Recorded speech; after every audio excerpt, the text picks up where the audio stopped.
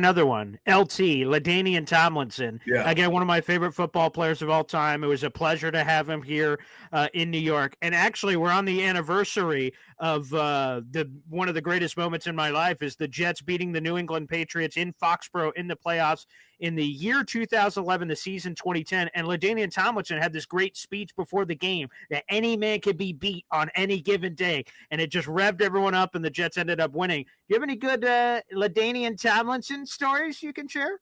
Yeah, man, so many, because we had such a tight group, and I think that's one of the biggest reasons why we won a lot of games. You know, I mean, we were so tight.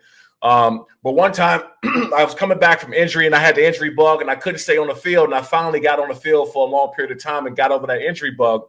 LT told me that if you get 3 sacks in the game, when I first came back, he was going to run on the field, in the middle of the field, and start dancing, right?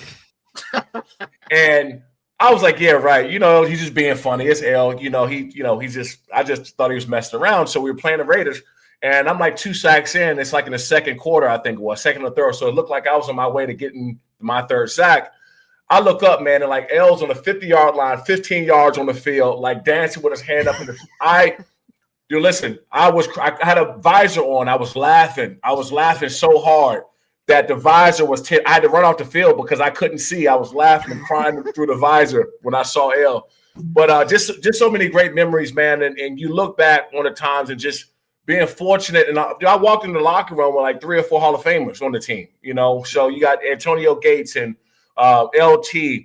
Phillip Rivers should be up here at some point in time. I still believe that Lorenzo Neal is a Hall of Famer in my book. I think that, you know, he's the last of the dying breed. He's blocked for so many different 1,000-yard rushers.